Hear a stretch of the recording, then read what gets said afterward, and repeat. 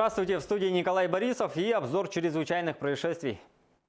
20 лет колонии строгого режима получил убийца собственного отца. Алданский суд установил, что в июле прошлого года компания выехала на охоту. После выпитого алкоголя произошла ссора, и мужчина застрелил отца и двоих приятелей. Все погибли на месте.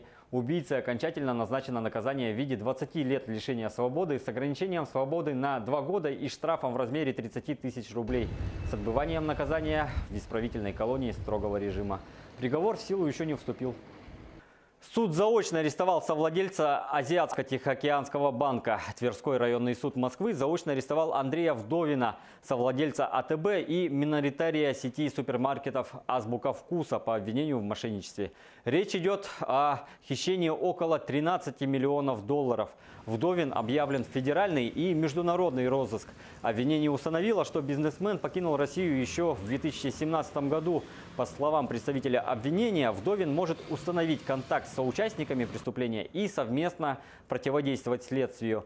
Интересно, что 24 апреля стало известно, что АТБ по техническим причинам не будет открывать вклады в течение 2 дней.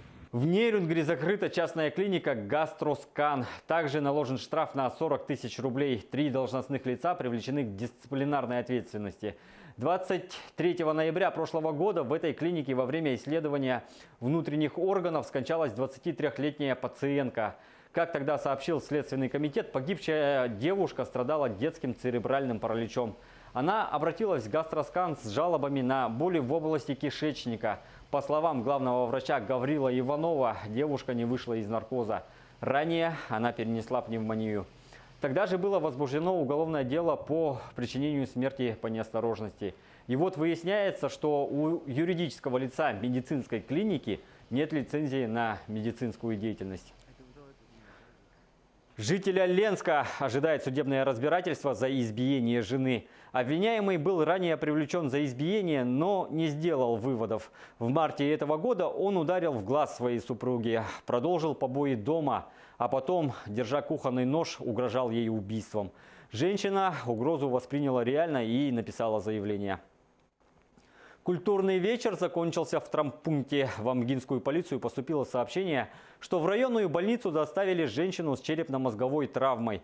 Полицейские установили, что в женщину бросил тумбой ее 32-летний сожитель. Выяснилось, что в тот день после концерта в местном культурном центре потерпевшая со своим сожителем и сестрой распивали алкоголь. В какой-то момент между женщинами вспыхнула ссора, а мужчина пытался их остановить. Затем в порыве гнева схватил тумбу и бросил в сторону потерпевшей. После этого он сам доставил сожительницу в районную больницу, где ей оказали медицинскую помощь. К Мегино-Кангаласским полицейским обратился пожилой мужчина, который сообщил о хищении телевизора. Стражи порядка установили вора. Им оказался родной сын потерпевшего.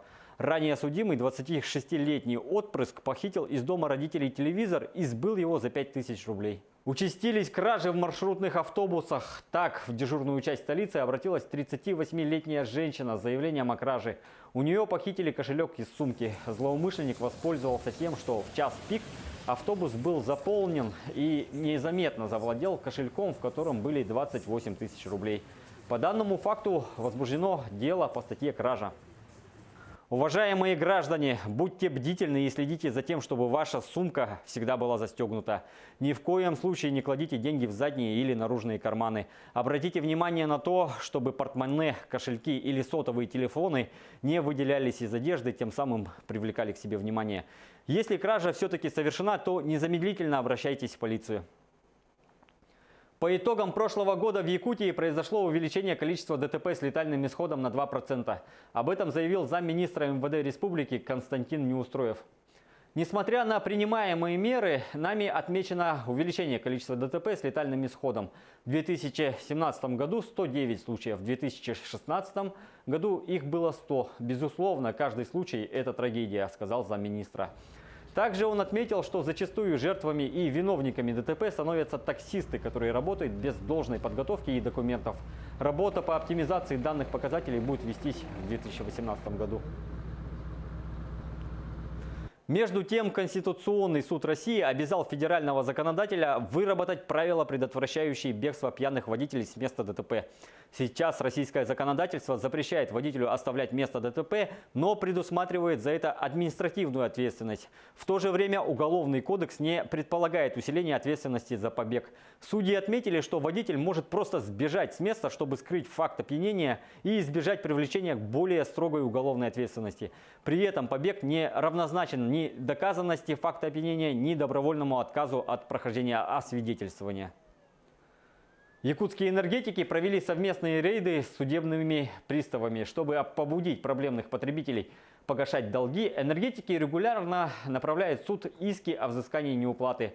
После вступления судебных актов в законную силу исполнительные документы направляются в Федеральную службу судебных приставов. По адресам злостных неплательщиков проехалась наша съемочная группа.